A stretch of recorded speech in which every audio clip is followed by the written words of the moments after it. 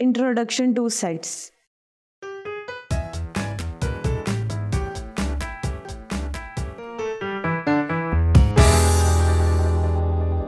Assalamu alaikum. I welcome you all on the platform of digital academic provided by Moonlight International Publishers. Hello my dear students, I am your maths teacher. My name is Aisha. Our today's topic is sets. Students, set क्या होता है ये जानने के लिए सबसे पहले हम देखेंगे कि सेट डिफाइन किसने किया, सेट को डेवलप किसने किया। सेट को एक जर्मन मैथमेटिशियन जॉर्ज कैंटर ने इसको डेवलप किया। उसके अकॉर्डिंग आपके पास सेट क्या चीज़ होती है, a well defined and distinct object की जो कलेक्शन होती है हम उसको सेट कहते हैं। What is set? A collection of well defined and distinct objects. For example students, आप लोगों ने घर में एक बकेट में फ्रूट्स रखे हैं, तो उस बकेट में आप लोग फ्रूट्स ही रखेंगे, उस फ्रूट्स के साथ आप कोई भी वेजिटेबल नहीं रखेंगे। इट मीन्स कि वो बकेट स्पेसिफाइड है किसके लिए? फ्रूट्स के लिए। और जिस बकेट में आप लोगों ने वेजिटेबल्स रखी हैं वो स्पेसिफाइड है वेजिटेबल्स के लिए। आप ये नहीं कह सकते कि इसमें अगर आप उस फ्रूट बकेट में एक वेजिटेबल रखेंगे तो वो आपके पास वेल डिफाइंड तो होंगी लेकिन डिस्टिंक्ट नहीं होंगी। इसी तरह अगर मैं उन वेजिटेबल वाली बकेट में फ्रूट्स रख दूंगी साथ वेजिटेबल के साथ तो वो वेल डिफाइंड तो होंगी लेकिन डिस्टिंक्ट नहीं होंगी हमारे लिए। सो स्टूडेंट्स, हम बात कर रहे हैं elements of a set. Let's suppose हमारे पास एक सेट है ए और उसके अंदर एक्स मेंबर्स हैं। कोई भी मेंबर्स हो सकते हैं लेकिन वो मेंबर्स फाइनाइट होने चाहिए, काउंटेबल होने चाहिए, वेल डिफाइन होने चाहिए और डिस्टिंक्ट होने चाहिए।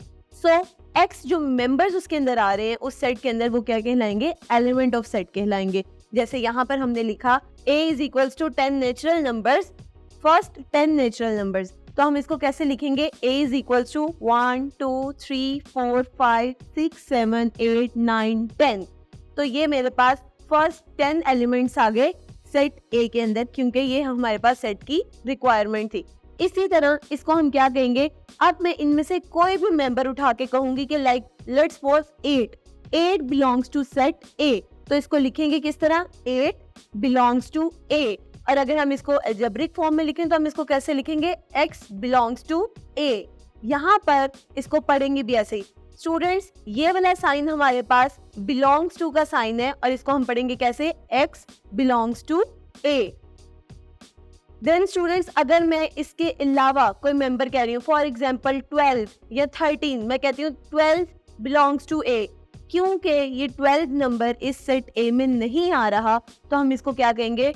12 नॉट बिलोंग्स टू ए। आपने क्या करना है? सिंपल जो आपके पास बिलोंग्स टू का साइन है उसके ऊपर एक स्लैश डाल देनी है, that means not belongs to. So students, यहाँ हमने दो चीजें सीखी, एक बिलोंग्स टू का साइन जो कि कुछ इस तरह है और दूसरा नॉट बिलोंग्स टू का sign. So students, I hope आपको सेट्स की डेफिनेशन की समझ आ गई होगी, एलिमेंट्स ऑफ सेट्स की समझ आ गई होगी और इसके अलावा आपको कौन से एलिमेंट्स किस सेट में बिलोंग करते हैं और उनको किस तरह डिनोट किया जाता है इस चीज़ की समझ आ गई होगी। इसके लिए हम क्विकली एक मिनी टेस्ट करते हैं। स्क्रीन पर आप लोग ये टेस्ट देख सकते हैं जिसमें उन्होंने कहा है if a is equals to 1 2 3 4 5। उन्होंने a में कुछ नंबर्स दिए हैं, कुछ एलिमेंट्स दिए a के, वो क्या हैं? 1 से 5 तक नेचुरल नंबर्स हैं।